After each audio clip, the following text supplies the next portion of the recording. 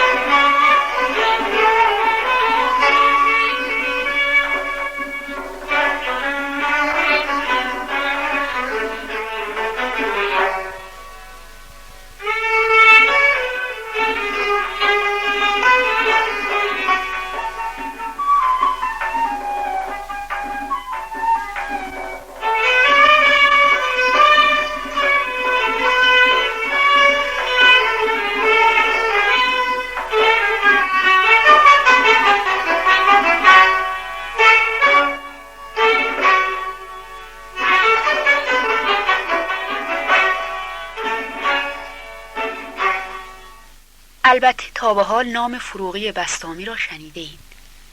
نامش عباس بود، اهل بسطام، و ابتدا مسکین تخلص می‌کرد. فروغی بسطامی از شعرای به نام قرن 13 است و در غزل سرایی طبعی لطیف دارد و غزلهایش بسیار دلنشین است. این هم چند بیتی از یکی از شاه غزلهای او. کی رفته ای ز دل که تمنا کنم تو را، کی رفته ای ز دل که تمنا کنم تو را، کی بوده ای نهفته که پیدا کنم تو را، غیبت نکرده ای که شوم طالب حضور، پنهان نگشته ای که هویدا کنم تو را، با 100,000 جلوه برون آمدی که من با 100,000 دیده تماشا کنم تو را، بالای خود در آینه چشم من ببین، بالای خود در آینه چشم من ببین، تا با خبر ز عالم بالا کنم تو را، مستانه کاش در حرم و دیر بگذری، مستانه کاش در حرم و دیر بگذری، تا قبلگاه مؤمن و ترسا کنم تو را.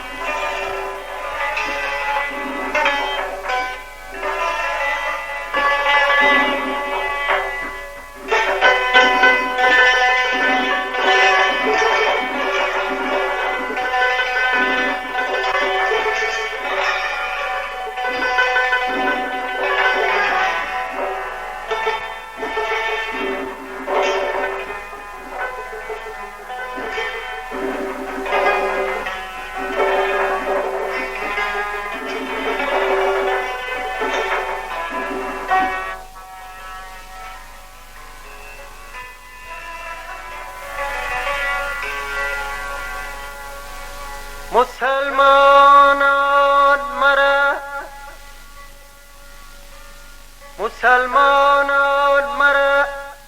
یار تال دینه،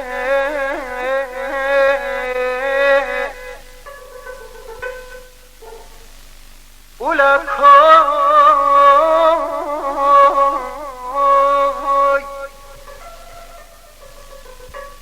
کوی مخیم این محله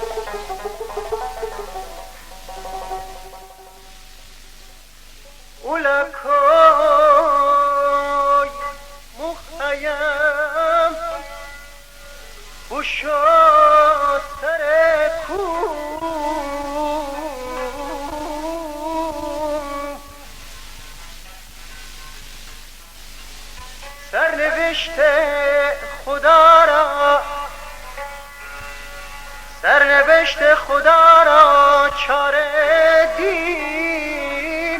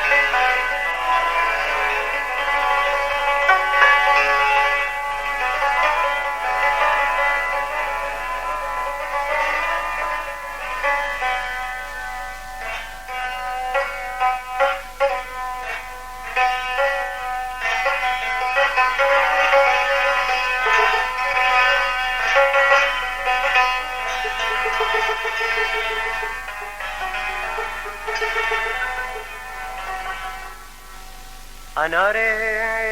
تیتیم انار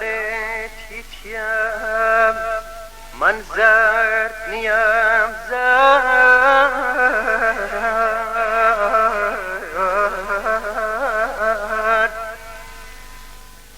میان صد جوانان میان صد جوانان رد نیم رد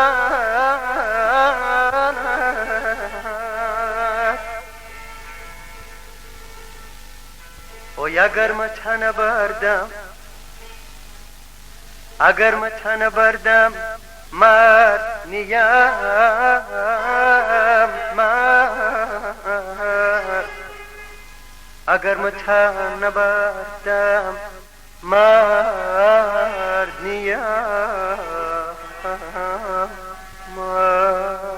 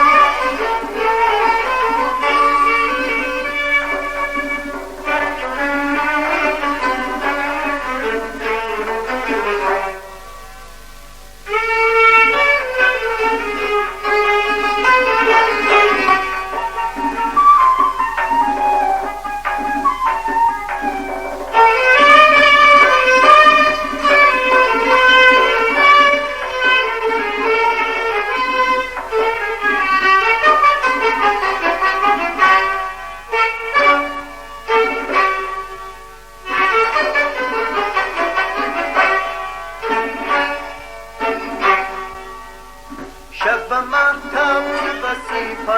پتو آیم ای قدم که او سنم دور و بر پایم شب با مهتب با می دل بی توابه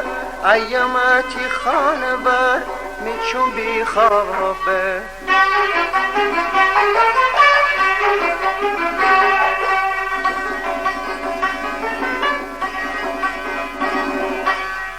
شب مهتاب تی بسی پتوک آیم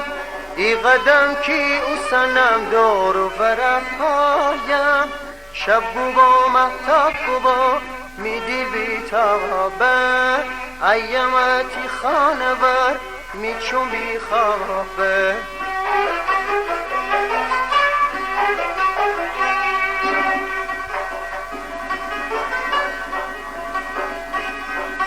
صفا نره صفا نره بی تو مهتاب شد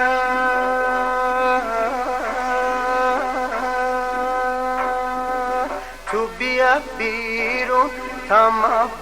پنهان تی کس چومد می دردره دورمان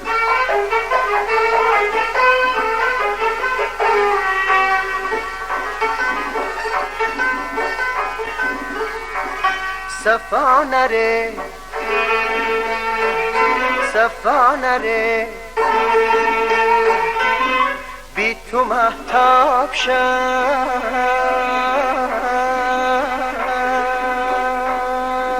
تو بیا بیرون تمام پنهان کی کس چومن می دردره دورمان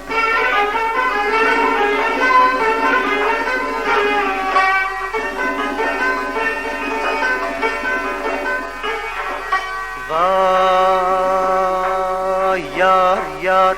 بودی پریشان نرم تی بستی من ده صبر و آرام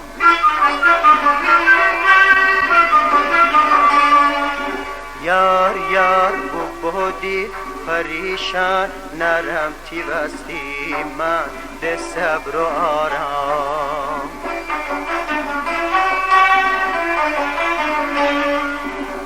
شب بو مهتاب بو میدی بی تابه ایامتی خانوار میچو بی خوابه